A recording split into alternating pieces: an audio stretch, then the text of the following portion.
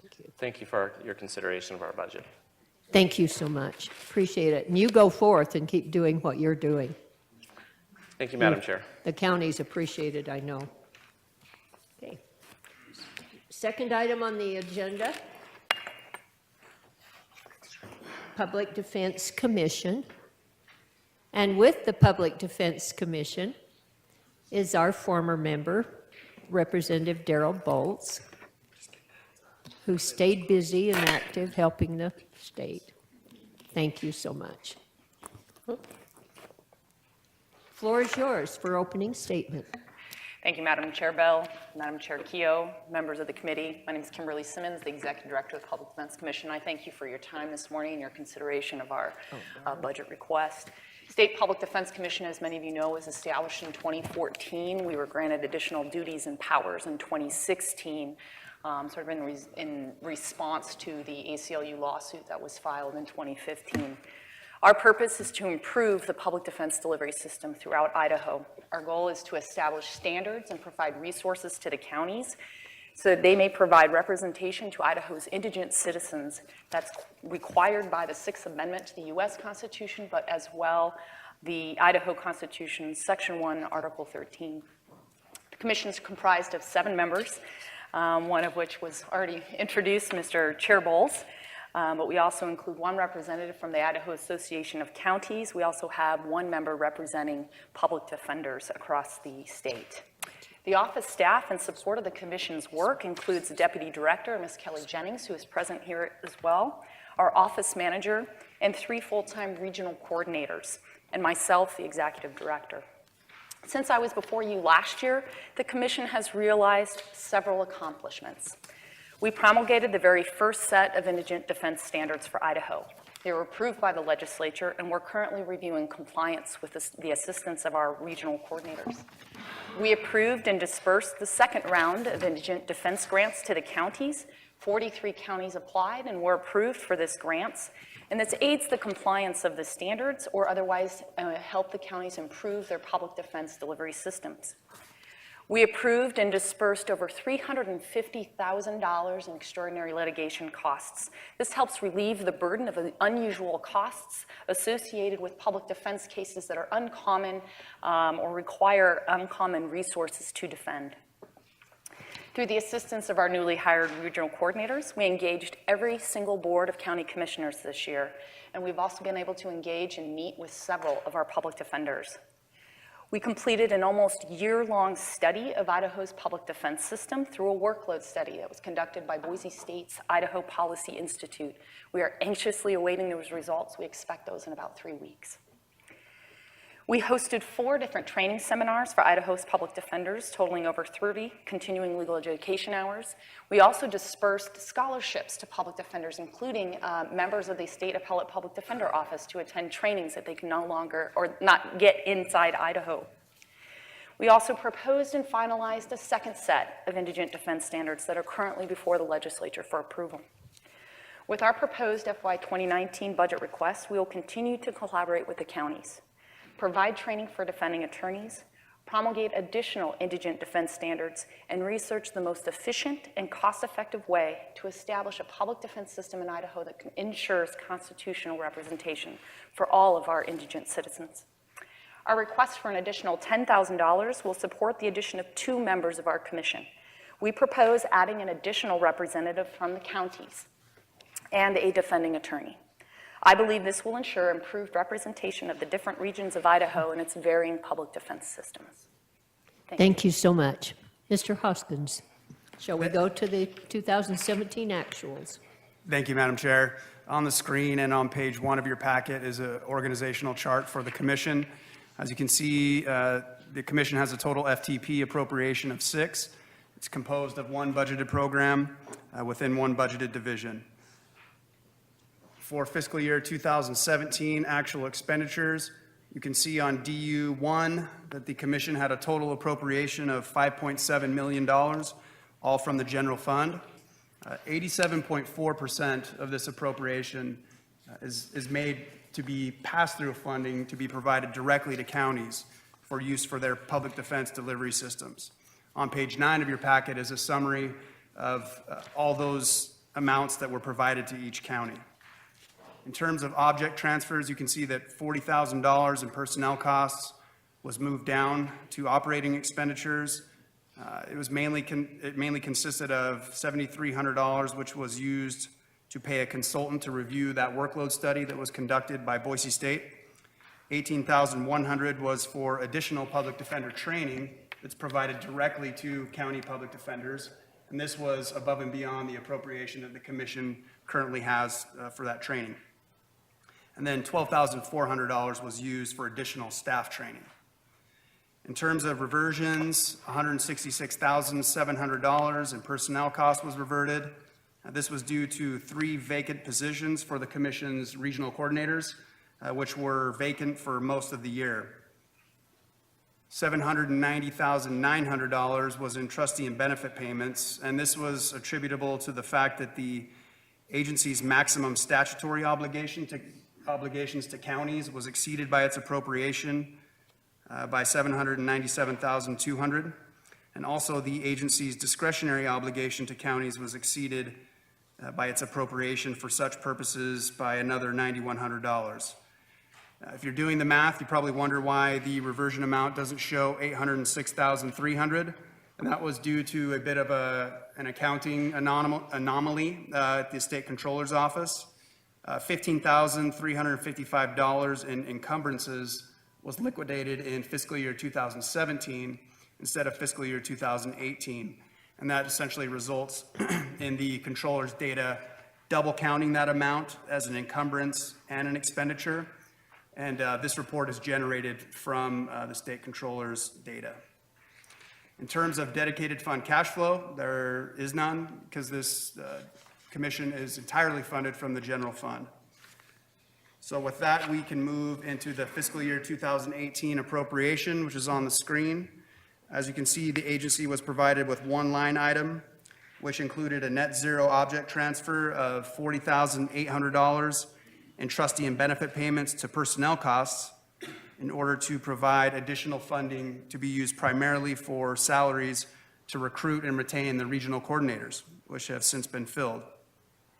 Also, $4,400 of that amount was used to provide pay raises to the director and deputy director, which had been previously requested but not recommended by the governor. But almost all of that request had been covered by the 3% CEC. So only $4,400 was used and needed for that purpose. I would yield to Ms. Simmons if she'd like to discuss the implementation of the FY18 budget any further. Ms. Simmons, I look forward to the explanation of a line item that has 0, 0, 0, 0 across it. Thank you, Madam. It should be interesting. Go ahead. Thank you, Madam Chair. We were able to fund the RCs, an increase in their pay rate through an object transfer. And that helped us hire 3 regional coordinators that have extensive public defender experience. So they're all attorneys, and that makes our collaboration with the counties and other public defenders in Idaho very resourceful and helpful to have that experience. And with also the increases for the director, myself, and our deputy director, we've been able to retain staff. We've not had any turnover other than a temporary position that we had last year. But we're fully staffed and expect to remain fully staffed as we move forward. So thank you. Thank you. Questions? Mr. Hoskins, we're ready now for 2019. Thank you, Madam Chair. Moving into the fiscal year 2019 budget request, beginning on page 6 of your packet. Included in the maintenance area are the standard adjustments for benefit costs, statewide cost allocation, CEC, which will be addressed as statewide decisions. In terms of budget enhancements, beginning at the bottom of page 6, line item 1 includes $186,100 for county indigent defense funds. If this line item was funded, it would provide discretionary funding which could be passed through to counties for extraordinary litigation costs upon application to and approval by the commission. This line item was not recommended by the governor. Line item 2 includes $15,000 for public defender training, again, which would go directly to county public defenders. This line item was also not recommended by the governor. Line item 3 would provide $10,000 for commissioner travel costs, and this is associated with the expansion of the commission to include an additional 2 members. This was recommended by the governor, but it is dependent upon the passage of germane legislation. Line item 4 includes $3,900 for IT and telecommunication costs, and so I would yield to the executive director to discuss these requests further. Thank you. Would you like to add to his, Thank you, for Madam these, Chair. these lines? I would, Madam Chair, members of the committee. I'd like to speak to the $10,000 request for additional commission members. With our collaboration with the counties and going out and speaking with them, since I was hired in May of 2016, the counties have always expressed an interest to have an additional member on our commission for a few reasons. We currently have a commissioner that's representing the counties. In many of our more rural counties, the clerk is really involved in the administration of public defense more so than the commissioners. And so they recommended that we also have a clerk representative, but it would also give us an opportunity to have a representative from an urban county as well as a rural county as they experience different sort of issues with their systems. The additional, the other member that we're asking for is another public defender. As you're well aware, or if you're not aware, our county systems are run by the county choice. Some counties choose to have an institutional office where the employees of the public defender office are employees of the county and they're full-time public defenders. Many of the counties run a contract system, and many of those attorneys are only part-time public defenders, just simply because there's not enough public defense cases for them to have a full-time job as a public defender. Those 2 separate systems face different issues. We currently have a member on the commission who represents a contract county. We are looking to have representation from an institutional office so that we can have their perspective as well. That $10,000 will cover the cost of their travel and things so they can come to our monthly commission meetings. Thank you. Questions? Anything further to add as a closing statement? Thank you, Madam Chair. I'd just like to thank the committee for their time this morning and thank you for your consideration of our budget request. Mr. Hoskins, we have anything left? Nothing further, Madam Chair.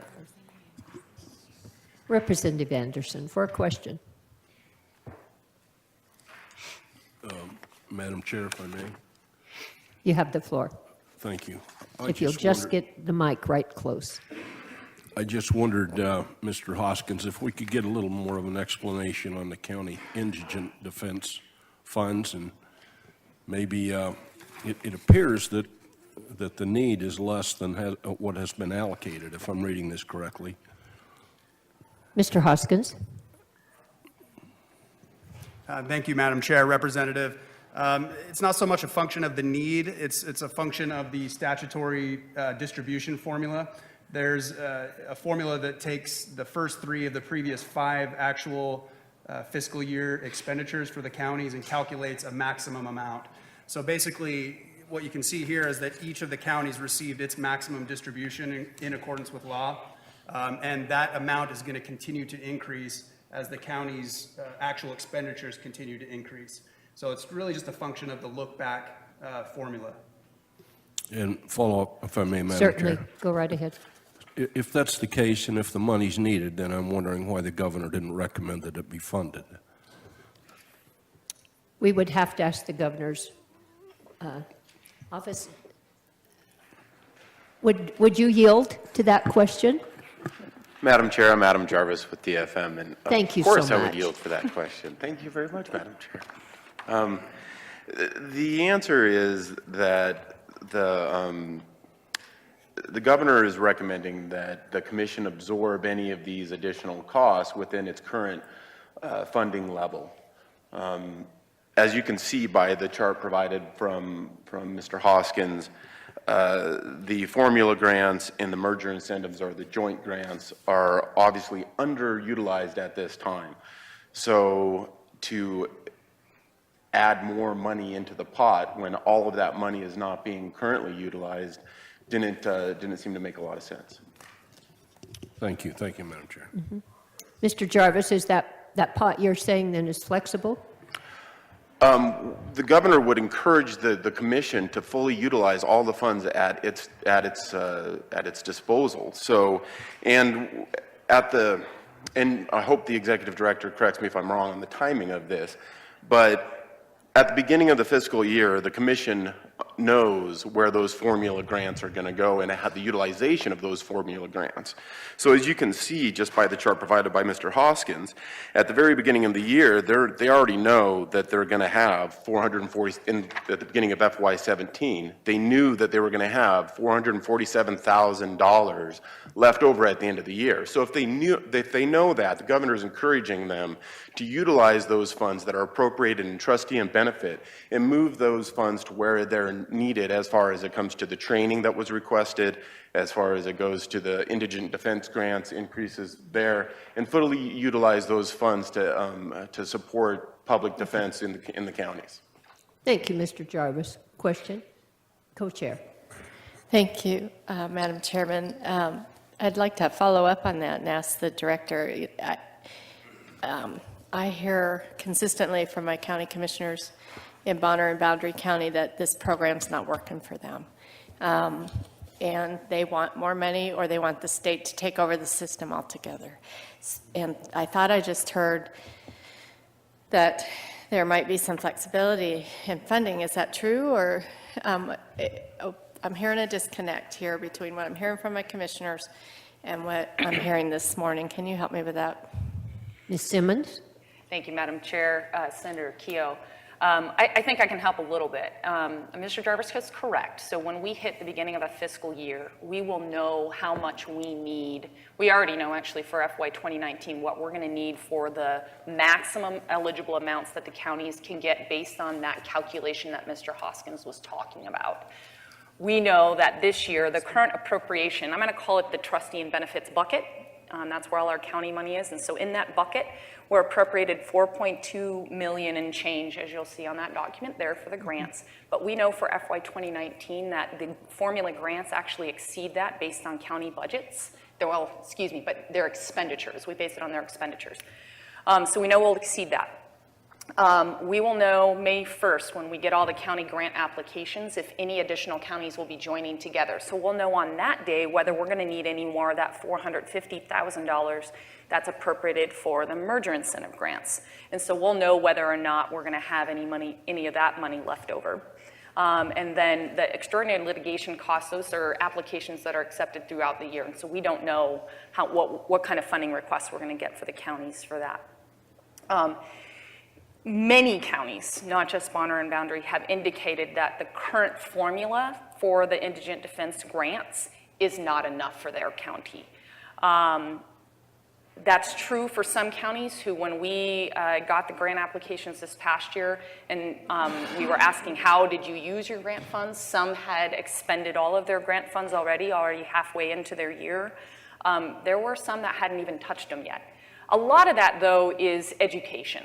They're nervous on how to use it. They know it's marked for public defense. They're like, well, can we buy computers for our public defenders? Can we remodel the courthouse to provide that confidential room for an attorney to talk with their client? And so a lot of that's just us educating them, and with the regional coordinators out there, they're helping the counties with that. What we try to do throughout the year, especially with Bonner and Boundary and some out in eastern Idaho, we listen to what they say they need in terms of funding. Their grant applications are supposed to include that. And so if they are going to need more than what their grant amount can be, then we hope that they will tell us that, and then we can come back to the legislature and say, okay, so now we need additional monies. I think the question about whether it's flexible or not is we have that bucket, and it was appropriated in $4.2 million and change, $450,000 for the merger incentives, and $250,000 for the ELF grants, that's what I call them, the Extraordinary Litigation Fund. And so, but since we know what the grant amounts are going to be, can we use the rest of that grant money for, say, the Extraordinary Litigation Fund throughout the year?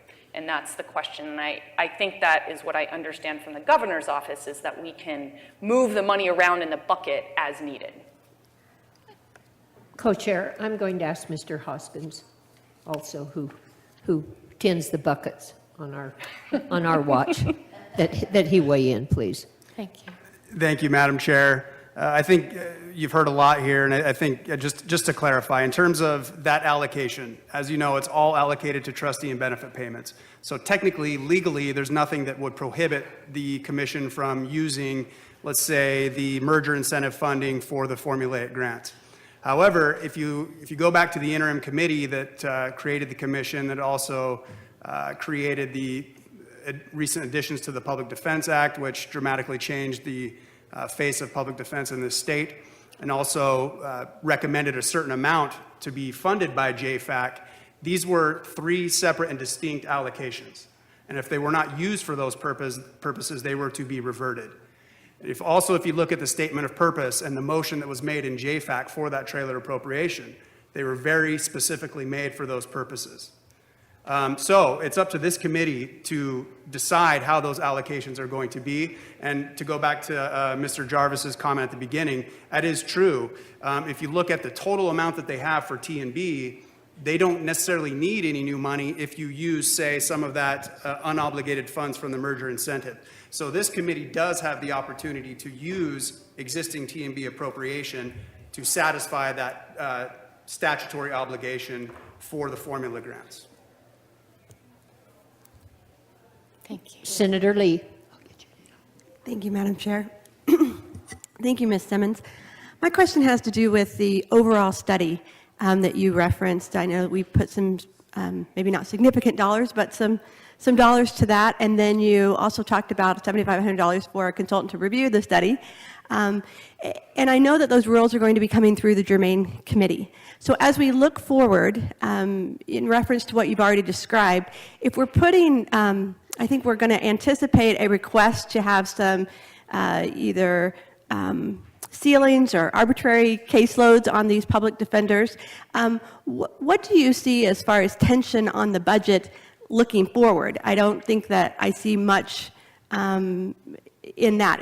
Do you anticipate that that would be a supplemental? Do you think that that would just go back out to the counties? In particular, as I look at the counties that I represent, if we do have those ceilings, where are those costs going to be, and have you already put that into this budget? Ms. Simmons? Thank you, Madam Chair. And Senator Lee, it's a great question. And I'll answer that in 2 parts. The cap on the formulaic grants is going to expire this next year. And so regardless of what happens with our workload study and the standard that is created, we'll be asking for some sort of legislation to either replace that cap, keep it the same, increase it, do something different. We're going to research that and assess that as we go through this year. As we set the workload standard this year, we intend on promulgating that based on the study results, based on collaboration with the counties. We will attempt to assess what the costs would be to counties based on what we know about their current workloads would be to comply with that standard, and you'll see that in next year's budget request. With the timing of when we promulgate, when they become effective, and when they have to comply, we'll be okay. We won't need to do a supplemental year this year. Next year's budget will be able to cover those grants for the counties so that they comply with whatever standards created. Senator Nye. Thank you, Madam Chair. A question about the handle on the bucket, if I might.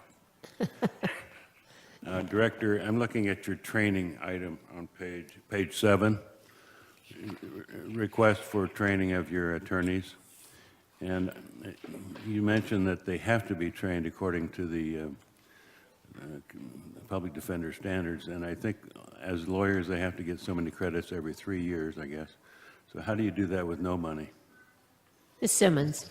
Thank you, Madam Chair and Senator Nye. We're currently appropriated $110,000 for the training. Last year we did exceed that $110,000, but we did have some salary savings from not having filled some positions. Most of that increase comes from scholarships that we're dispersing to attorneys to get more specialized training. So most of the defending attorneys are going to be able to get the required CLEs that they need through us. We'll provide some basic criminal defense, other kinds of topics that all public defenders are going to handle. But when we talk about specialized training, especially capital training, That stuff's just not offered here in Idaho. And the real good capital training is outside the state. And so we'd like to provide scholarships for attorneys to attend those. And so that was part of the basis of that request is the $110,000 will kind of cover our basic trainings. The extra would cover sort of those scholarships so that attorneys can attend more specialized training. I see no further questions. Do you have some final remarks? No, thank you. I appreciate the time this morning from the committee. Thank you so much. And thank you, council. Next item on the agenda is the Attorney General.